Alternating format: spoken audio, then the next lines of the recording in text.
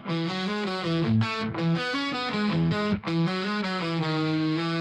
all, welcome to Geek Freaks. I am Frank, and we're going to do a very special bonus episode of the week. Right now, we're going to be spotlighting one of our most thought-provoking interviews to date with Aubrey Sitterson. Aubrey is a powerhouse in the comic book world, known for his politically charged and high-energy storytelling. We've seen his work in No One Left to Fight, The Comic Book Story of Professional Wrestling, G.I. Joe, and now his latest project, Free Planet from Image Comics. In this conversation, we dig into the heart of Free Planet, a massive sci-fi saga exploring revolution, freedom, and the messy reality of building a new society. Aubrey brings not just comic book writing chops, but also deep research and a love for political history and a serious passion for challenging the norms. Whether you're into layered world building, radical storytelling, or just love a damn good comic, this episode is for you.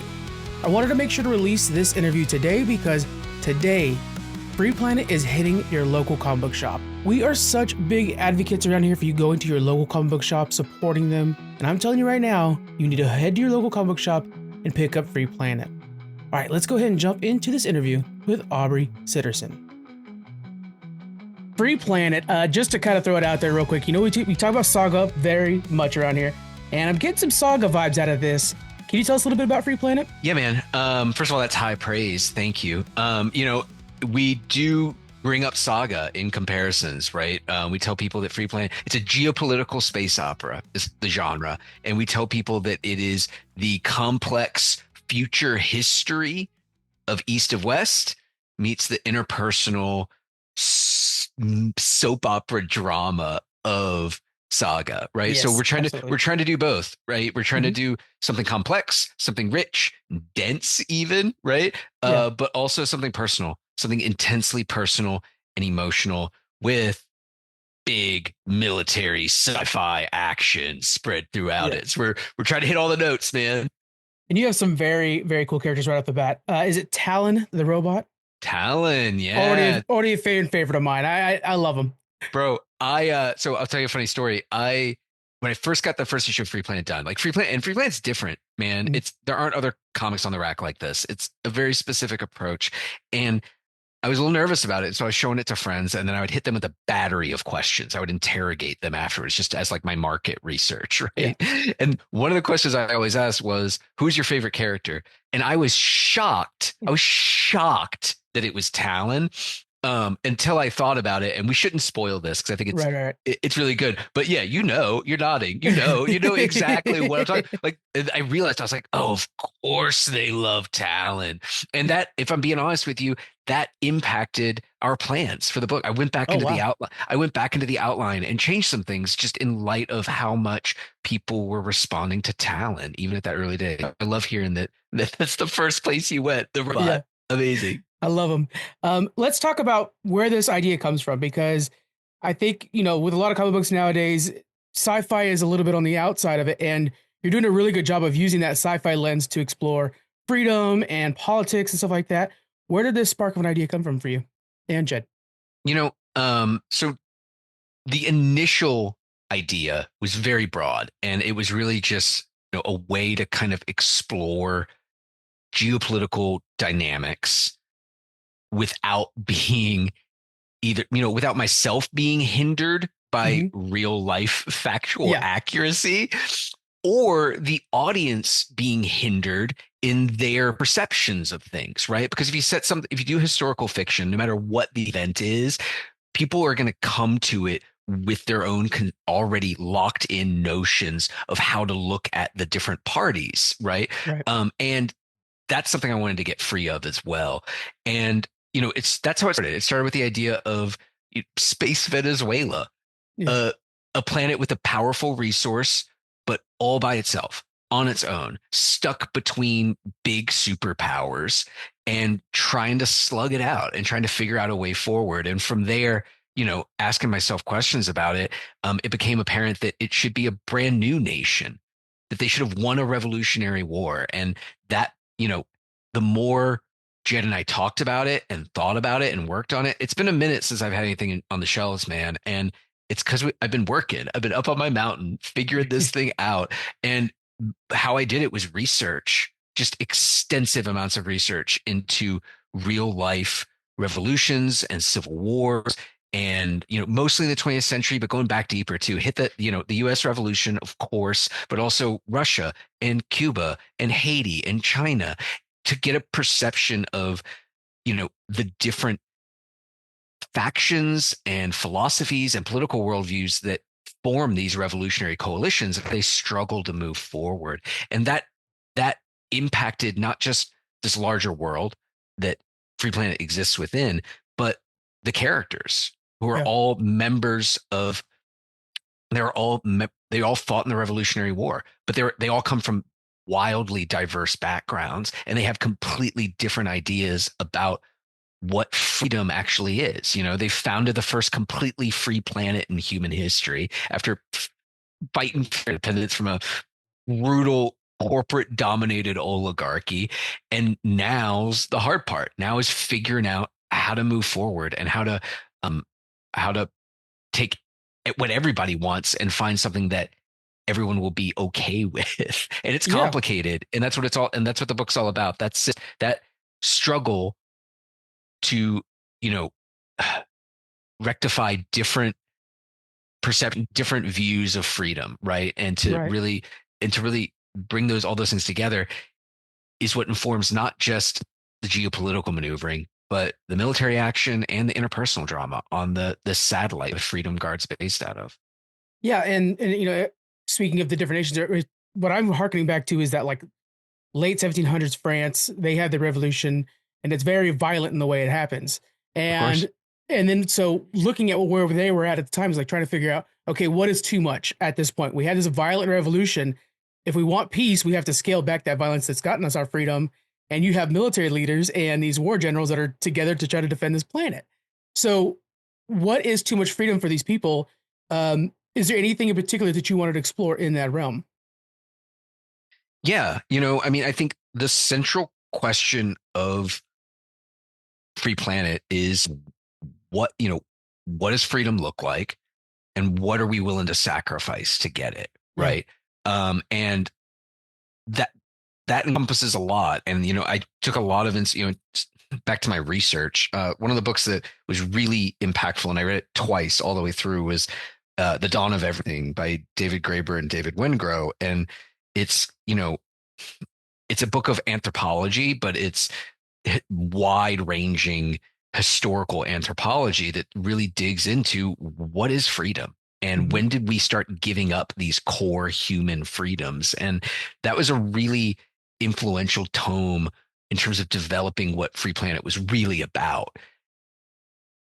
And that's exploring, different perceptions of freedom and different ways of organizing societies, Yeah. right? Inclusive not just of politics, but religion and philosophy and economics and culture, and how these things interact with one another and make for really complex incentives that result in, strange bedfellows, but also internecine animosity between Mhm. people who would on the surface seem to be on the same page.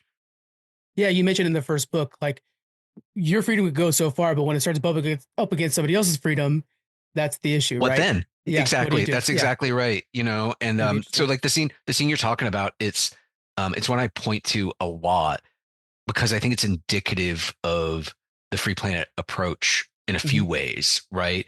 And the first is layout.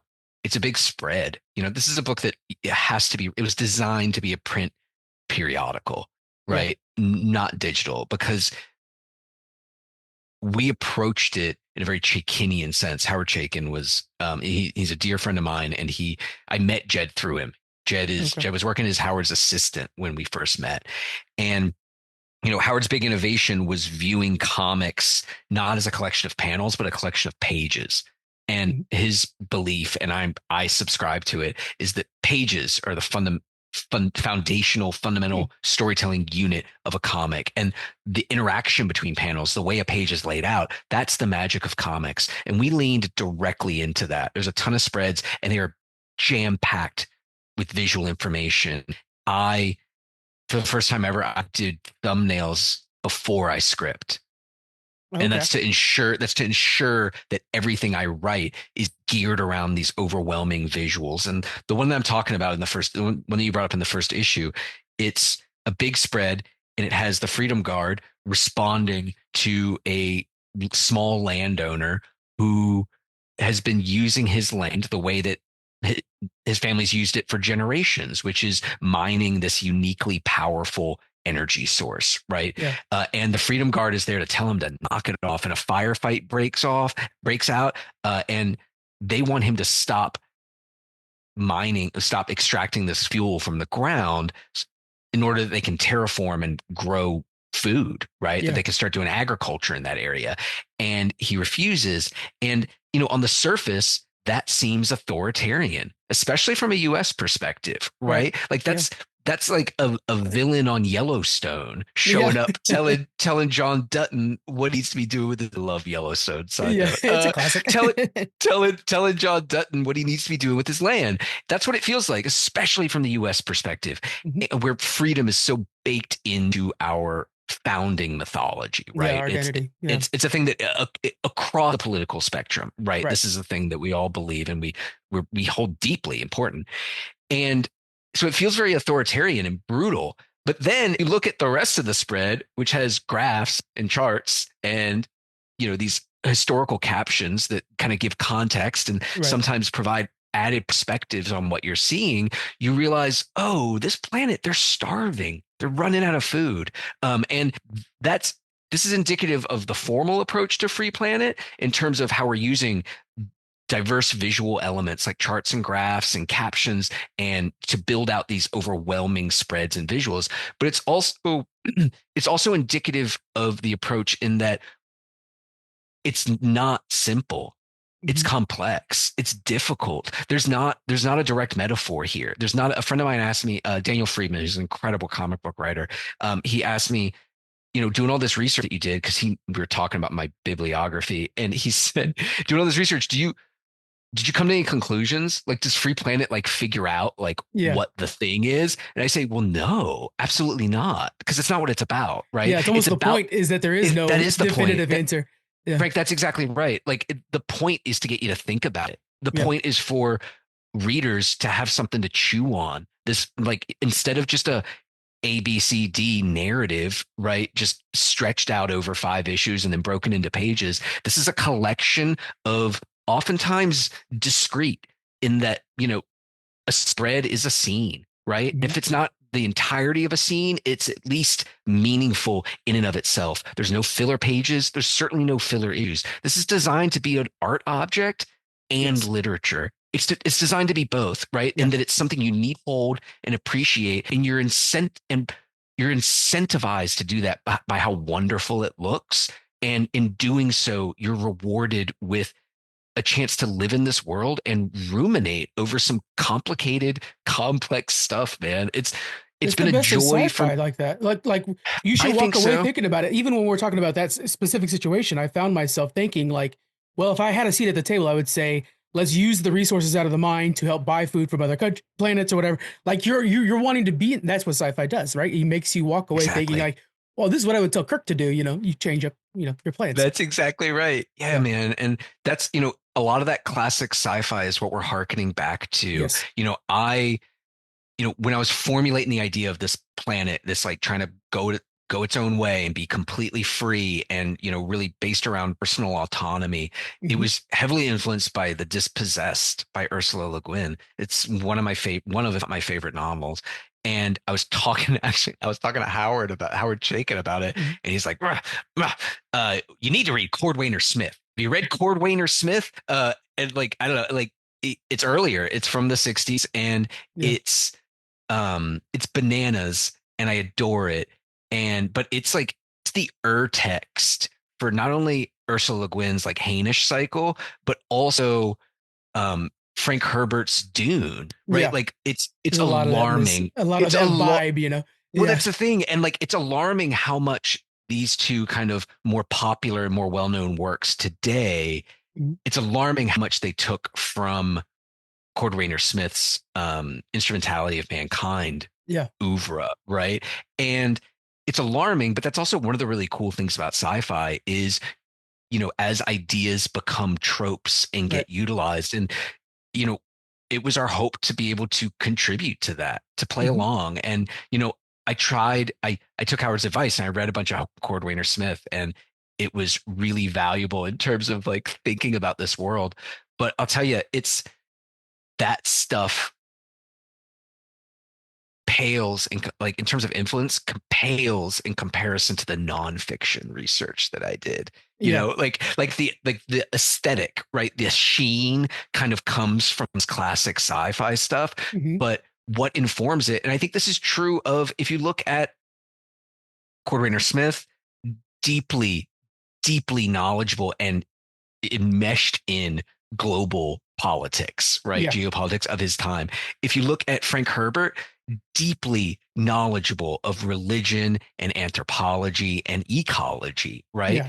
Ursula Le Guin was the daughter of anthropologists herself, Yeah. right? So like to catch up to these folks, I had to do I had to wear out my library card, man, in order to get Aubrey, you're not allowed to come back. I know they got sick of seeing me, Yeah. but because I needed to learn enough to Right. build the foundations of this thing.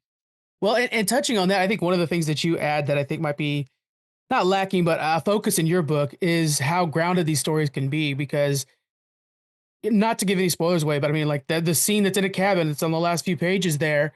That right there, you're like, oh, that's gonna ripple like crazy, you know. And Hmm.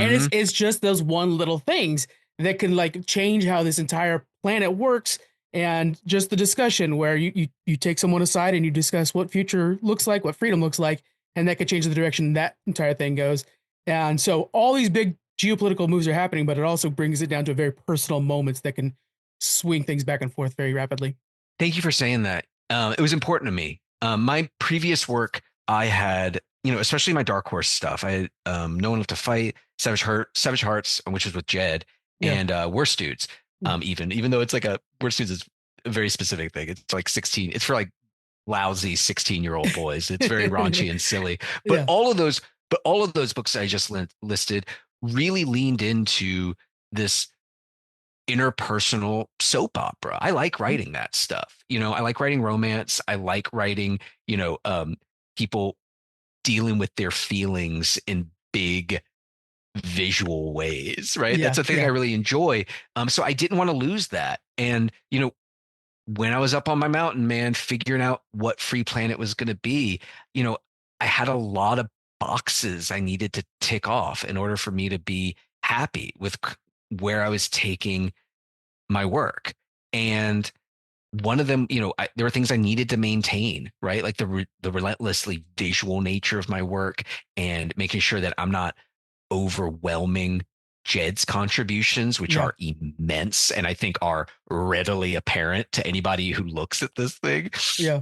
But among them too was maintaining these personal moments because I recognized that, just just doing the geopolitical and the military, like the sci-fi military stuff, that could make for a really interesting, smart comic. And that was on my mind. I wanted Hmm. to do something that was perceived as more cerebral and complex than what I had done previously.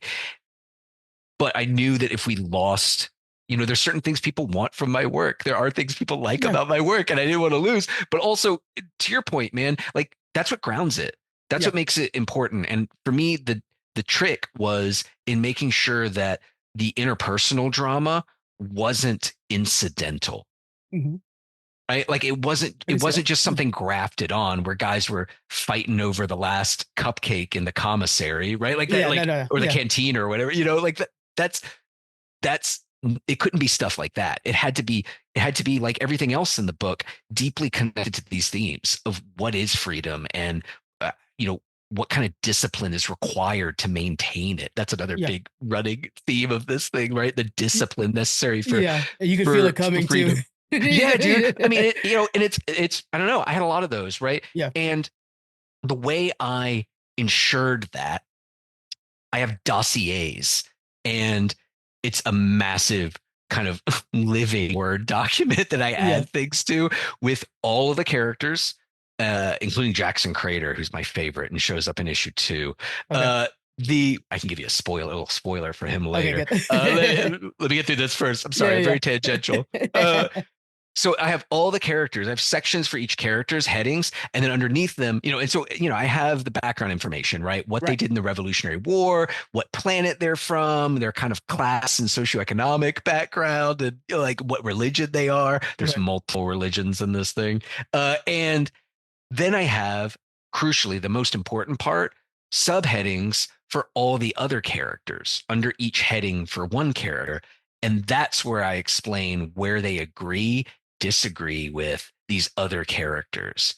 And that that's the crux of it all, right? Like whenever there is interpersonal drama, scratch the surface of it. Sometimes you don't even need to scratch. What's Yeah, beneath it is these conflicting ideas about freedom, sacrifice, discipline, and authority. Those yeah. four things and how they interact with one another. And it doesn't even need to be a big explosive confrontation. It could just be a conversation between two guys leaning against a vehicle and just kind of talking about today's events. And right there, you feel like, oh, I could be the third guy sitting there talking about this as well. And that makes you, doesn't matter how many planets away it is, makes you feel like you're right there with them. Hell yeah. I love hearing that, brother. Thank you. Of course. I want to talk a little bit about the artwork, of course. Yeah. You had talked about how it's page by page, and you really feel that. Panels exist, sure, but you feel like the color touches the very edge of the paper every time. What was some of the intention with your artwork in this one with Jed and everything like that? So, you know, I I did for the first time ever, I did those thumbnails, but I think it's important for me to point out, I don't send those to Jed. I do Okay. thumbnails for me so that Hmm. I can write a script visually and I don't ever like lean on just do a 5 panel grid, right? Yeah. Just move pieces around and things like that. It's a way of making sure that I ideate my scripts as visual experiences. And then I try and communicate that information textually through to Jed, but almost without fail, he comes back with something better because he's better Yeah. at that than I am. And I think that is the most significant part of Jed's genius, right? To look at the pages, the first thing you notice is what an incredible draftsman he is, Hmm. because he can draw everything, and he draws it beautifully. And the world, and he doesn't skimp on detail. He does not slack. He does not cut corners. No, it's These full pages. Yeah. Yeah, dude. And there's not I mean, there's dead space, but even the dead space is filled with stuff that is thematically linked to what is being discussed on the page. Hmm. And so he's incredibly diligent. He's an incredible draftsman. His craft is outrageous. Yeah. But the true Jed differentiator, the reason that Jed is the only one who could have done this comic is his outrageous skill at page design. And that's why I don't send him my thumbnails, because he's better at this Yeah. stuff. And he not only comes up with ways to display the information that I've asked to squeeze onto a single page, he not only finds a way to do that, but he finds ways to do it that are visually interesting and crucially speak to what's being discussed. He actually engages with the material, and at every stage of development, this has been the case. It really was a game of one-upsmanship, with me doing my extensive research and him doing outrageous amounts of design work, right? Like and this is not a thing anyone's expected to notice on a first read, but Free Planet, my belief is that it warrants a couple reads at least. Okay. And if you go through it again, you'll start seeing this stuff. Different groups of people use different types of guns. They get their power from different places. That impacts the style of machinery and ships and vehicles that they use, which as the series wears on, we learn also impacts their strategy and tactics in Yeah. combat, and touches on and is informed by economic realities. It's all interlocked because Jed and I are in simpatico, and we have this idea that we want to explore, and we just keep layering and layering more and more and more on top of to make it more and more complex. And Jed's the perfect partner for it. I can't imagine doing it with anybody else. Is there anything that Jed took onto his own that you find changes your story, but also was an improvement that you wanted to embrace? Oh, interesting. So, I mean, every time he sent over layouts, right? It's like the Yeah. real answer, right? Like, cause I do my thumbnails and like, and I have if you go like digging on my Substack, you can find, I did a process post like that shows my thumbnails and then his layouts and then his inks and then the final. So you can see Yeah. the changes. But and some of them are closer than others, but he always makes changes to the actual storytelling that I adore. I think early on in the design stage, because I gave him very, very, I gave him very broad descriptors for archetypes, right? Mhm. And they are archetypes from classic sci-fi combined with archetypes from like real world revolutions, right? Okay. Oh, nice. And so I sent him this list of archetypes, and then he started doing design work. And a lot of the character, and this is the thing I like doing because I like to let the character design guide who the characters are. And I Mhm. think it's important to go the other way too, because some characters I did have more of an idea for. But all of the characters, Jed took such a strong lead in figuring out what these folks are going to look like. And that impacted the story on a really profound level as well. Yeah. And then with your letterer, did Jed do the lettering, or did you guys have another letterer? No, our letterer. So we're colored by Vittorio Estone. Mhm. Incredible. It's my first time working with him, but will not be the last. So And bright, so vibrant, wonderful work. so lush. And Yeah. Nice work. letter was Taylor Esposito, who's lettered Okay. almost everything I've ever Yeah. done. He's my guy. And he's, both Vittorio and Taylor were very patient with Jed and I both because we have a vision for this book. We know what we want it to look like. Yeah. And it we go a few rounds of corrections. We're very because we're and we pride ourselves in the types of corrections and the notes that we ask for. This is not we're not bad clients, right? And Mhm. like we're not try that in blue.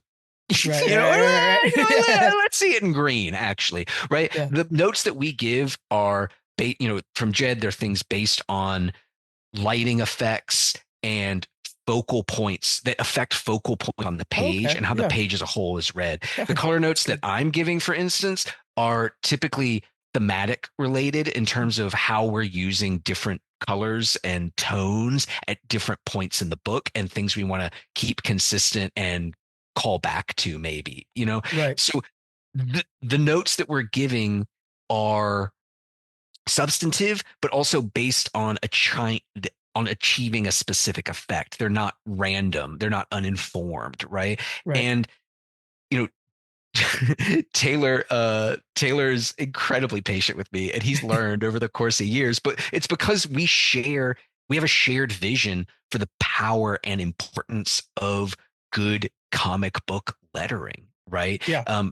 Taylor too is a student of um, Howard Chaykin and Ken Brujanak's collaborations, right? And the way that those guys really innovated the integration of lettering into comic book design, right? And it's kind Yeah. of like it harkens back a little bit to Harvey Kurtzman, who used to do the layouts himself and draw the word balloons even. Yeah. Yeah. But I think they ratcheted it up to another degree because it impacted page layout in a way that, Kurtzman typically stuck to a gridded approach.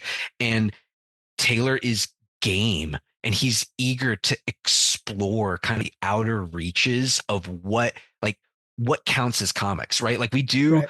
we do captions and word balloons, but we also do charts and graphs and infographics and weird little displays and breakout boxes Yeah. and stuff Almost like throughout. files, which means it makes you feel like you have like the inside knowledge that the people in the story don't have.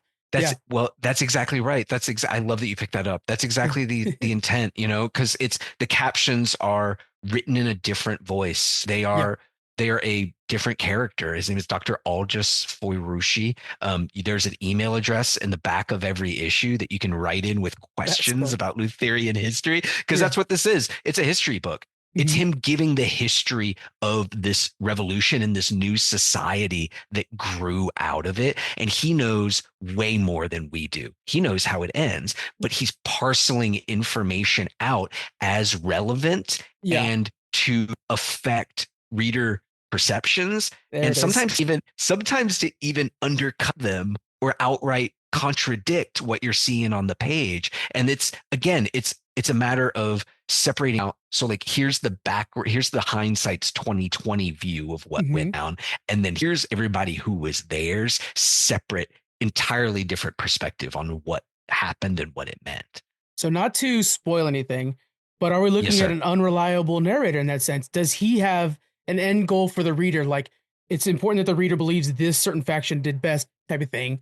And so is he kind of leading us down a path and we're supposed to visually see something different?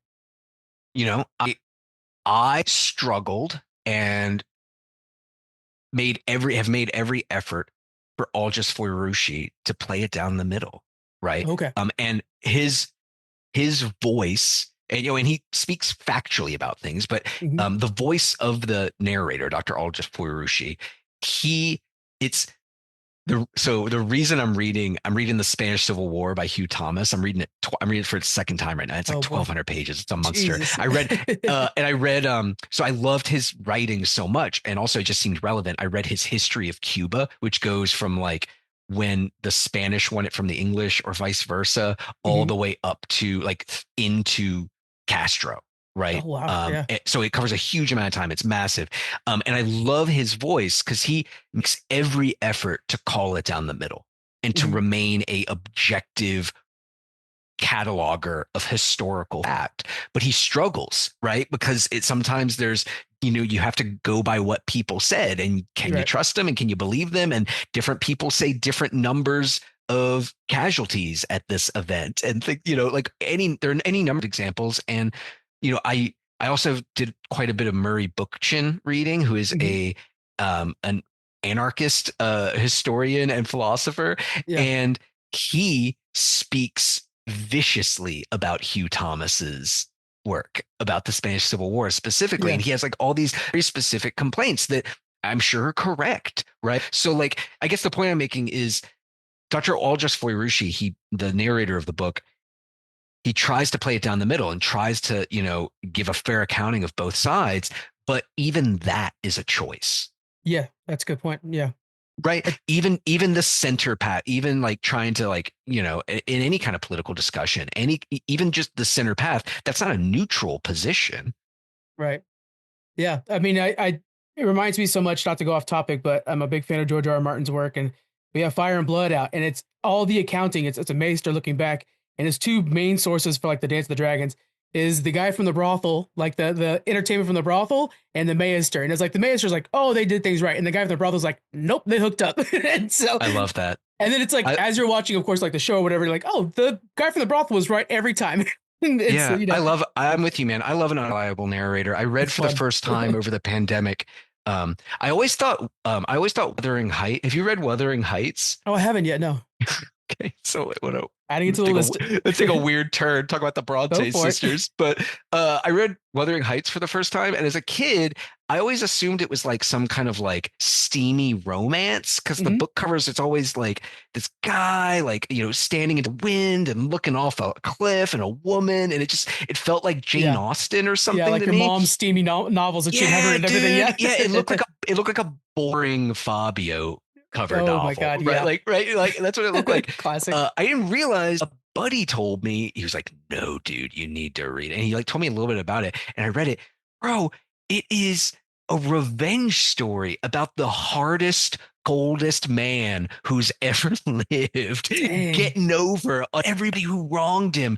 It's it is, and the reason I bring it up now is there are layers of unreliable narrators, because the Nice. book it's told by a person who wrote this stuff down. He heard it from the housekeeper Oh of no. this family who's worked for them for like 40 years or something, right? Right. So you've got layers of people you have all these reasons not trust. I hesitate to call the narrator of Free Planet unreliable. What a great question. I hesitate to call him unreliable, but he is biased. I'll Right. say that. Every Everybody is, and historian everybody's their is. bias. Yeah. Every historian is, and that's absolutely part of it. And you get to see more of that specific point of view in the back matter. Every Okay. issue has a few pages of Yeah. back matter, which is brand new essays written by me, but in the voice of Dr. Aldous Furushi, with new painted illustrations, hand painted, Hmm. traditional media, just like the covers. Two new painted illustrations from Jed. in every issue. The cover is gorgeous, by the way. Just to throw that out, the hand painted, you could feel it. It's definitely Jed's a something more to monster. it. I mean, like Yeah, it's obscene. I keep finding strengths of his that I did not know that he had. I didn't know he could paint like this. He was like, oh, because I was like, we need to figure out a colorist so we can get this cover done. He's like, oh, you know what? I think I'm gonna paint the cover. I'm like, perfect, do it. yeah. Yes. And it's like, I don't know. I try and That's trip him wild. up sometimes. I'll be like, you know what? Let's do a big Liefeld figure, like full body on Yeah, this yeah, on the yeah. left side of the page, like floating over the panels, right? Liefeld figure, go. Right. And I think because like he doesn't draw anything like Liefeld, he doesn't lay out pages like Rob Liefeld. But goddamn, if Jed doesn't nail it every single time, whether it's like 90s Image Comics or 80s seinen manga Yeah. or 70s Franco-Belgian comics, like whatever weird stuff that That I'm guy's got a reading, I'm Jim like, Lee cape. oh. Go. But that's the thing. Like it's exactly like that, dude. It's That's awesome. exactly like that. There's a thing in issue 2, and people will know it when they see it. But I said, out loaded for bear Liefeld style. Nice. Just load him up with weapons. Let's Yeah. see it, right? And he does, and it doesn't look anything like Liefeld. But I mean, this is the genius of Jed, and I think this is the trick, right?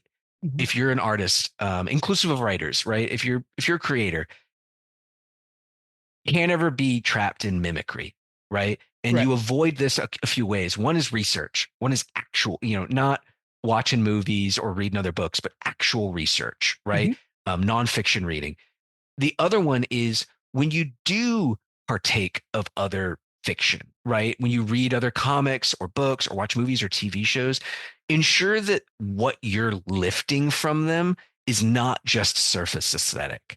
Ensure that what you're lifting is Good the point. foundational aspects of things and how they work. So when I say to Jed, draw a Liefeld figure, he doesn't pose them like Liefeld. He doesn't compose it like Liefeld, but he captures what works fundamentally Mhm. about that approach and then filters it back through his own storytelling aesthetic, And then which gives why did Rob Liefeld do that? Then that's kind of gives you an idea, like, exactly oh, to make this thing pop and show how. Yeah, I see. Okay, I get that. Yeah, I exactly love that's that. exactly it. And he does it with all of this stuff, right? Yeah. With any kind of wacky layout I come up with, or oh, I have an idea for this very specific infographic and I want you to draw it into the page amid the panels and Yeah. stuff, right?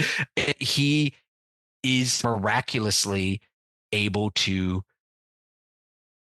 better than just following orders, right? Jed recognizes what it is that, like, the crux of what I'm going for and the point of it and why we're including it. And then Yeah. he finds a better way to present that on the page. It's when, partners clash well together. I want to give another quick shout out real quick before we move on too far. Taylor, your letterer. One of He's the a things monster. yeah, amazing. With with Talon's word bubbles though, typically like when you see Ultron or whatever, if it's a robotic voice, it's very, very robotic typeface, right?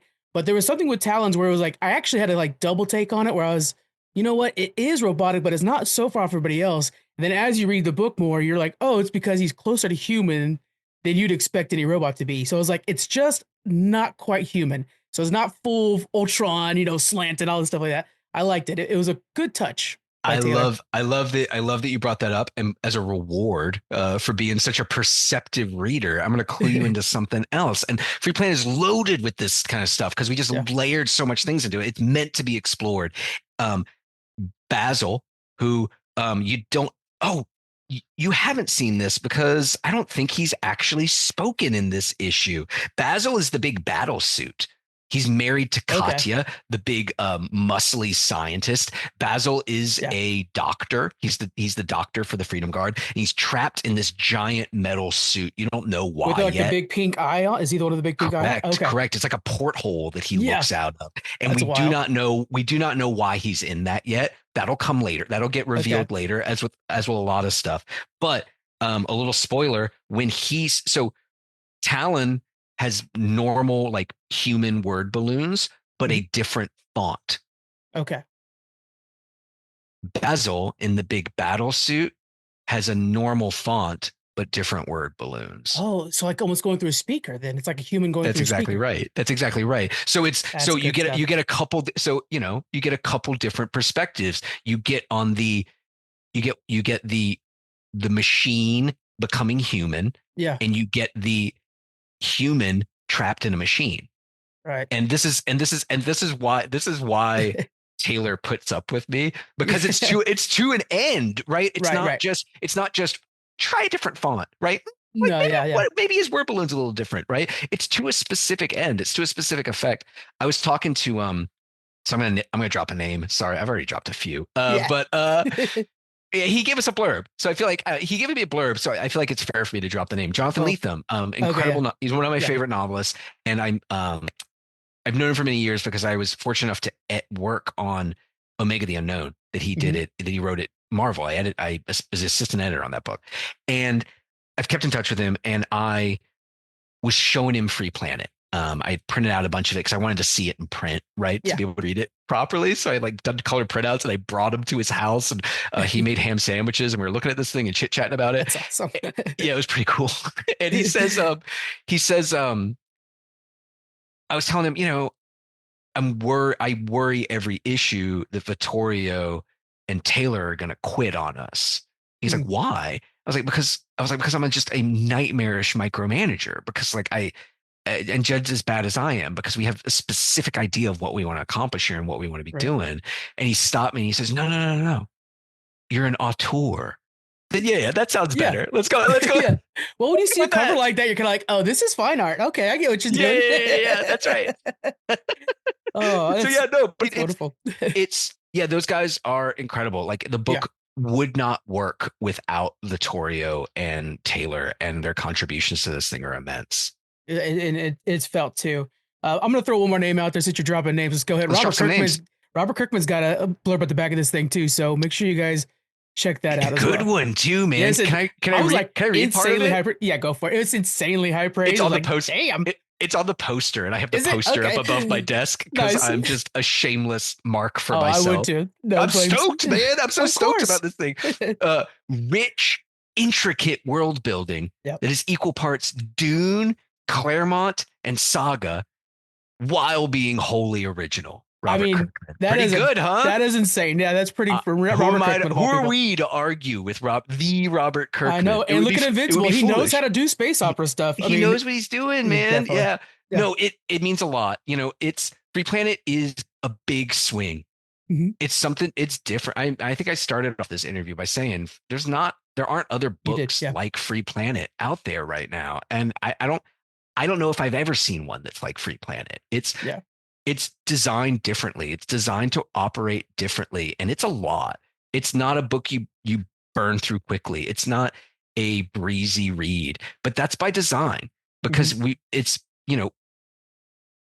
things need to be if you want to chew on something, it needs to be substantive. Yeah. Right? What a weird metaphor, but we're gonna stick with it, man.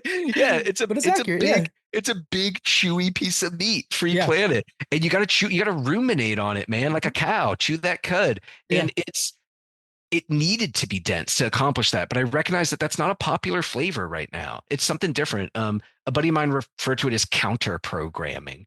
Yeah. But it has its moment right now. I would say like a really good example is Absolute Martian the Manhunter. Martian Manhunter, great book, gorgeous book. But that is kind of what I'm getting with this, where it's like this is closer to art. It's more of a statement than it is for your flash in the pan, read real fast comic book, And I think there might not be something before, but there is something coming up where this book fits perfectly in it. Hell yeah. I love hearing that, brother. And that's why it's been, it is different. It's new.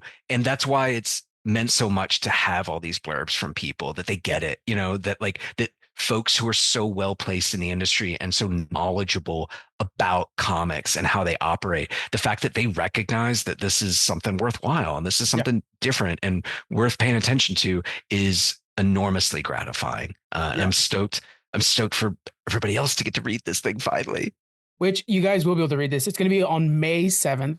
You guys can pick it up online, but I, of course, recommend you guys go to your local comic book shop and put it on your pull list. I'm gonna make that I'm gonna interrupt to make that even stronger. Don't read this online. It's gonna be a nightmare. It's charts and graphs and too much text. And crucially, there's so many spreads. And the simple fact of the matter is you cannot appreciate a comic book spread digitally.